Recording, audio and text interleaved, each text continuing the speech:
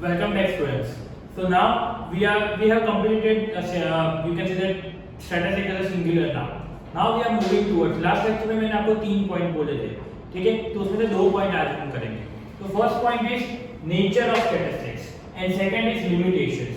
Okay, तो first nature of statistics समझ लेते हैं कि नेचर ऑफ स्टैटिस्टिक्स क्या है. तो statistics is a science and arts. अभी साइंस और आर्ट्स मतलब इसका मतलब क्या हुआ कि लॉजिक भी चाहिए एज वेल एज जो रूल्स बोले हैं वो फॉलो भी करने पड़ेंगे. एग्जांपल जैसे मीन आप लोगों ने किया हुआ है, तो मीन जब करते हो या एवरेज जब निकालते हो तो उसका रूल क्या है कि टोटल नंबर जो दिया है उसको प्लस करो और डिवाइडेड बाय जितने नंबर्स है वो डिवाइड करो, that is mean.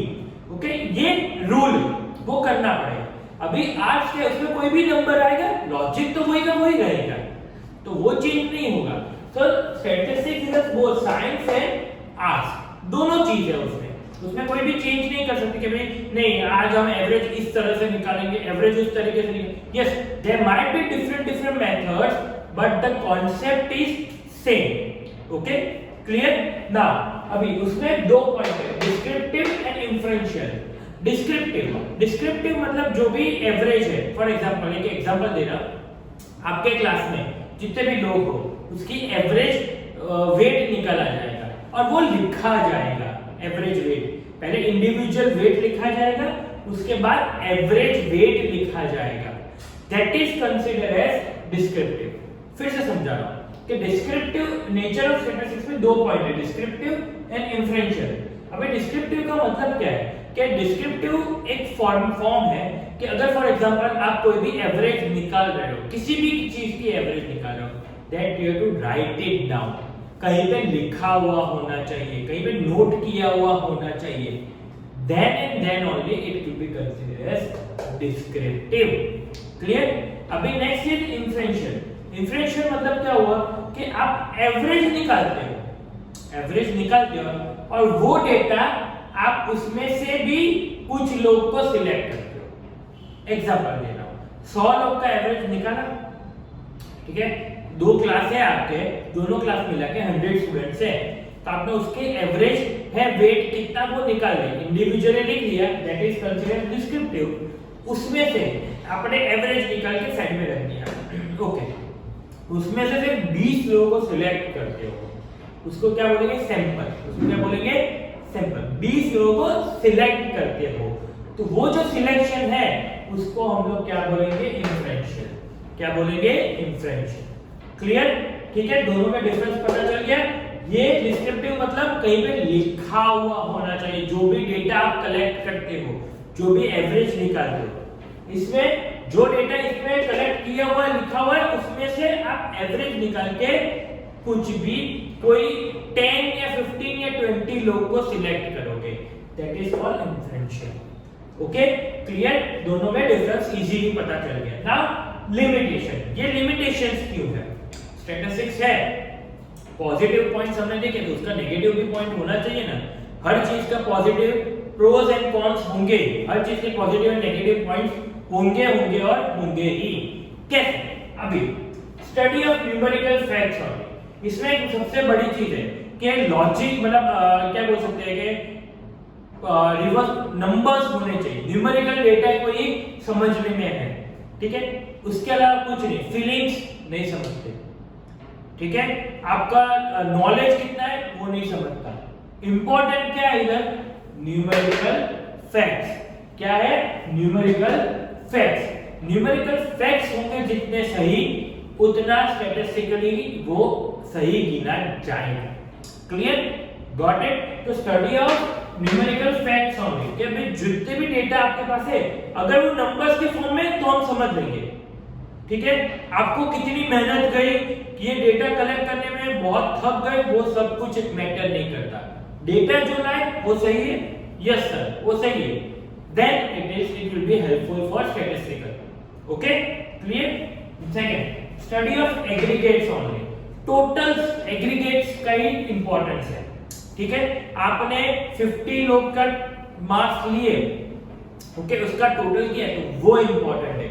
Individually marks important है. स्कूल क्या देखेगी, स्कूल को अगर रिजल्ट पब्लिश करना है पब्लिकली तो वो क्या देखेगी, परसेंटाइल या परसेंटेज देखेगी या टोटल देखेगी।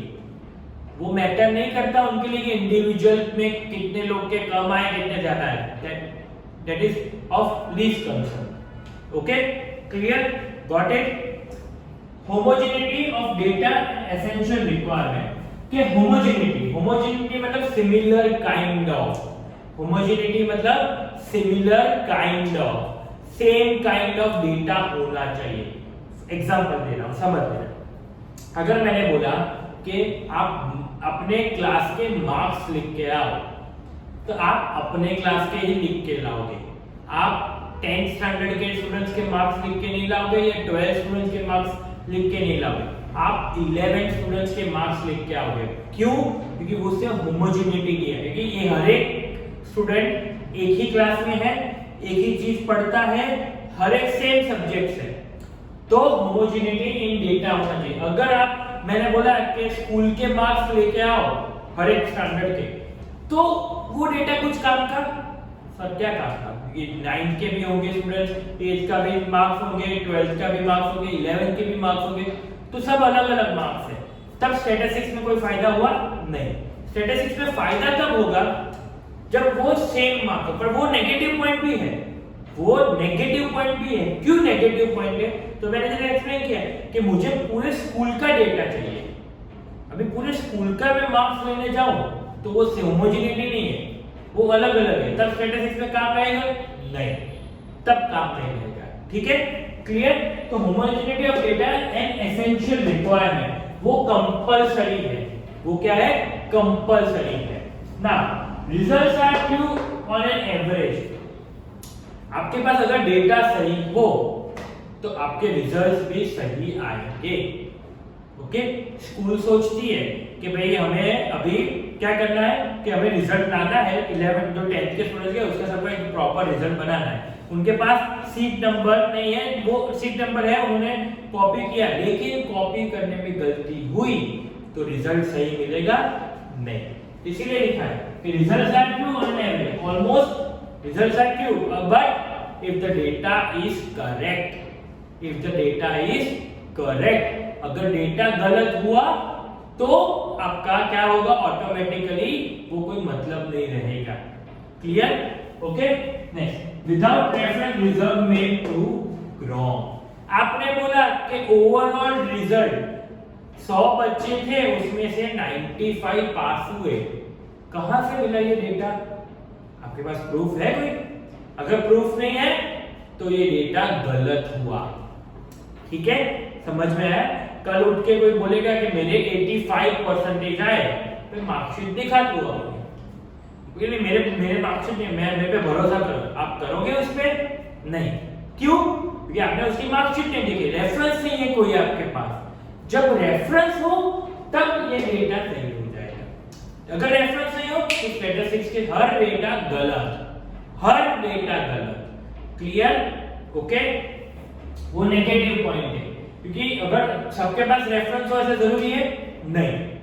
ठीक है, मैं बोलूं मेरा बर्थ ईयर 88 है, आप क्या करोगे? सर आप प्रूफ दिखाओ। मैं क्या बोलूं, तुझे मुझे पे भरोसा नहीं है तो ठीक है।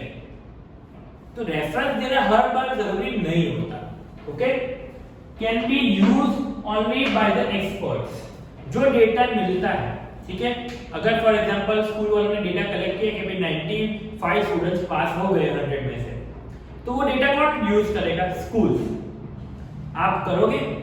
आप पब्लिसिटी करोगे कि मेरे स्कूल में तो 95 लोग पास हो गए? क्या कौन सुनेगा? कोई मतलब ही नहीं है। ठीक है, तो मतलब क्या होगा? जब वो एक्सपर्ट यूज करे, जब वो एक्सपर्ट यूज करे, जब वो स्कूल वाले यूज करे, तब ये हेल्पफुल रहेगा आपको। Clear? Okay, next, prone to misuse. It can be misused.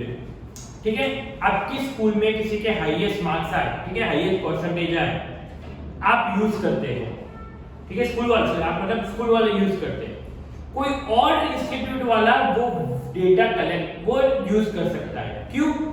वो प्रूव कर, वैसा भी है कि वो तो मेरे स्टूडेंट थे, मेरे क्लास में पढ़ती थी, तो वो मिसयूज हो सकता है। जैसे एलन आकाश वाले काफी 1 साल पहले, 2 साल पहले, मुझे एग्जैक्टली याद नहीं, एक ही स्टूडेंट एलन और आकाश में वो पढ़ता था, और दोनों ने अपने अपने मतलब दोनों में पढ़ता था नहीं पता नहीं है, लेकिन दोनों ने अपनी पब्लिसिटी की, उसने दोनों में उसने उसका फोटो था, तो वो कैसे पॉसिबल है? तो ब्रॉन्ड टू मिसयूज, वो कोई भी आदमी कहीं पे भी डेटा यूज कर लेगा, तो वो गलत चीज है, वो नेगेटिव पॉइंट है। ओके ठीक है, आज हमने 2 पॉइंट नेचर एंड लिमिटेशंस पढ़े। लिमिटेशंस में 7 पॉइंट पढ़े हमने और नेचर में 2 पॉइंट पढ़े। ठीक है, एक बार 2 बार देखो वीडियो, कभी भी आपको कोई भी प्रॉब्लम हो, मेरा नंबर आपके ग्रुप में मैं सेंड कर रहा हूं, इसमें आपको नंबर मिलेगा, तो कहीं पे भी कुछ भी डाउट हो तो आप उस वक्त मुझे कॉल करके पूछ सकते हो कि सर ये क्या बोला गया, क्यों आपने ये बोला, तो एट ए टाइम हम दोनों का इंटरेक्शन हो जाएगा और आपको डाउट क्लियर हो जाएगा। क्लियर? Okay, thank you.